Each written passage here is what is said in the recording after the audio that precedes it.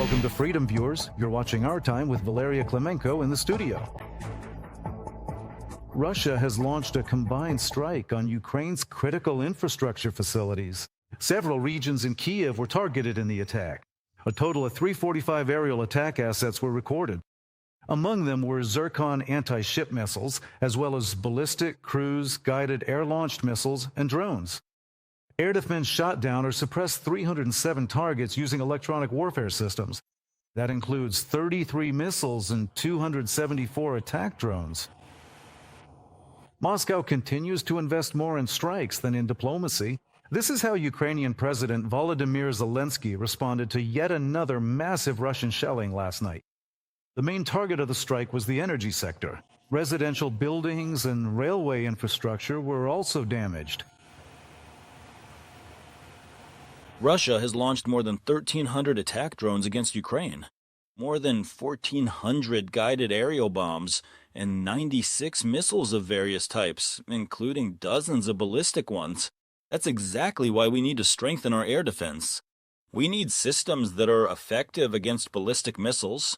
Thank you to all our partners who are helping us procure air defense missiles through Pearl and with our own supplies. Every such package protects critical infrastructure and preserves normal living conditions. Volodymyr Zelensky, President of Ukraine, Telegram. Kirovohrad, Odesa, Poltava, and Kyiv regions became the main targets of the Russian shelling. The aggressor attacked with drones, ballistic, and cruise missiles. In the Kyiv region, residential buildings were damaged, and Ukrzaliznytsia had to adjust train departure schedules. 2 people were hospitalized. Our correspondent, Victoria Chistakina, is in one of the districts. Victoria, welcome. The floor is yours. Yes, today Russia once again launched a combined massive attack not only on the capital, but across all of Ukraine. We are in the Kyiv region, in the village of Sofievska-Borshahivka, which is right next to Kyiv, you could say. It is part of the Kyiv-Sviatoshinsky district agglomeration. That's why we can say the attack was massive, both in the Kyiv region and in Kyiv itself. And I should mention that we've been here for several hours already, while rescue workers have been on the job since about 6 a.m. It was at that time, according to local residents, that the explosion occurred, causing irreparable damage. Not just 1 or 2 houses were damaged here, a whole neighborhood that was under fire was affected. Windows were blown out, doors were damaged. And a lot of people are now trying in any way they can to restore what? To repair the damage caused by the Russian Federation last night. Residents of the capital heard the air raid siren at 3:56 a.m. A ballistic missile strike was launched immediately, and then the Shahed drones attack began, and in the morning, cruise missiles targeted the capital and the Kyiv region. We spoke with residents of Sofievska-Borshahivka, and they told us that their property was damaged. Almost everything is beyond repair now. They'll have to rebuild from scratch. But most importantly, they survived. Let's listen to those who were affected. We were inside the house. We were inside the house. We never used to go anywhere. There's nowhere to go. Yeah, and where would we even go? Missiles and Shaheds are always flying around here. But we've never had anything like this happen before. Just look at these houses. People have been left with absolutely nothing. No one here was hurt. It just collapsed on us. The windows, the frames, everything was knocked down. The explosion was so strong that everything came crashing down. The ceilings, the windows from the second floor. I was at a friend's place. My parents spent the night here. Yeah, my parents were here. In the morning, I saw a message about the strike, so I came over and saw it myself. My mom was lying on the bed, and she was literally covered with drywall from above. The entire ceiling was made of drywall, and now it's all on the floor. Same with my dad. He was literally pulled out from under the drywall. My dad has a headache. He's not feeling well right now. He left. He's not here at the moment. My mom is here. All the walls are damaged.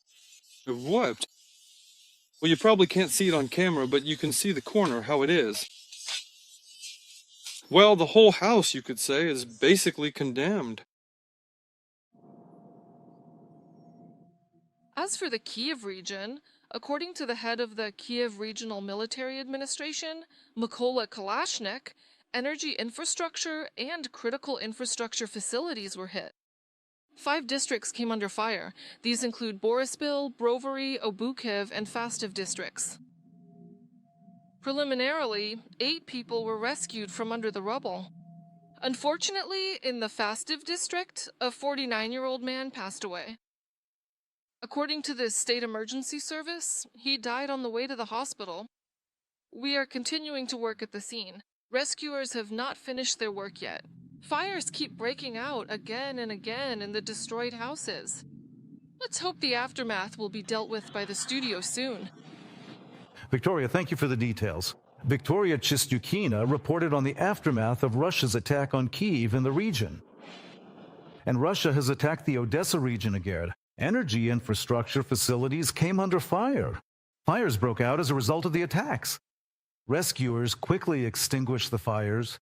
This was reported by the Regional Military Administration. Energy facilities were damaged, but there were no casualties or injuries. Moscow can't talk about economic dialogue with the Americans while simultaneously striking U.S. business facilities in Ukraine. This is how Ukrainian Deputy Foreign Minister Andriy Sybiha commented on Russia's attack on a plant in the Sumy region. According to him, the company was one of the first major American investors in Ukraine's independent economy. A missile struck the plant's production facility, but there were no casualties.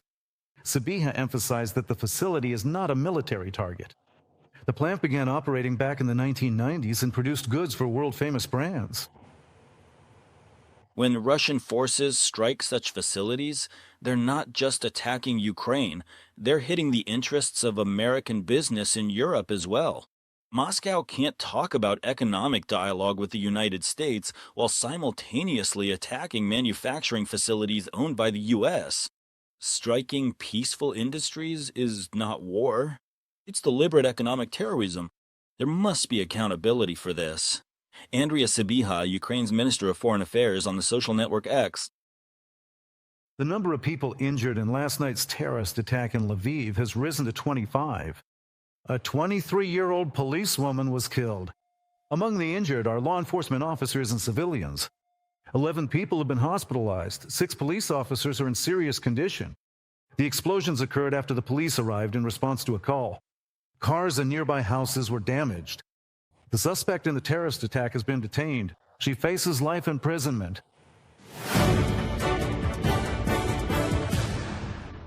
Steve Witkoff, the U.S. President's special envoy, said he expects good news regarding the peace process between Ukraine and Russia in the near future.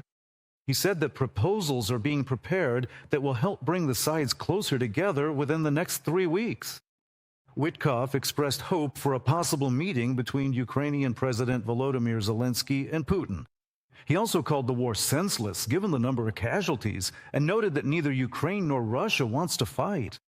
Witkoff believes that the sides are arguing over territory, but not over dignity.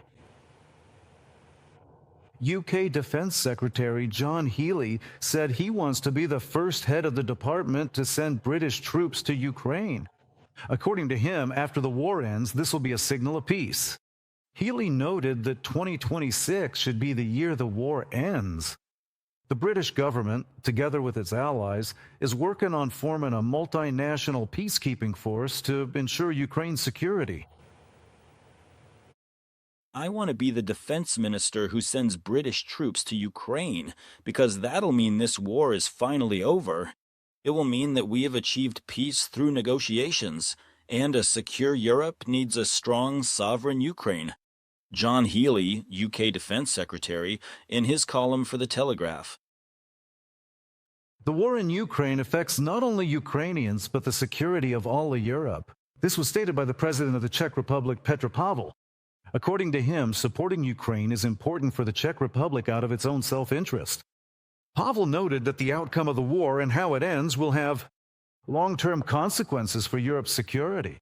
He criticized those who were supposedly tired of the situation and believed that Ukrainians should forget about NATO. According to the Czech leader, Ukraine has the right to care about its future, just like any other country. We remember 4 years since the start of the aggression against Ukraine, but this war has been ongoing since 2014. 4 years of destruction, shattered lives, killings, kidnapped children, lost futures, and lost hopes. This war could have ended any day after it began. All it would take is an order from one person, Vladimir Putin. We support Ukraine not only as a country and a people, but as a principle, so that small countries like the Czech Republic are not pressured by larger states and can develop as they see fit. Petra Pavel, president of the Czech Republic, at a rally in Prague marking the 4th anniversary of Russia's full-scale invasion of Ukraine.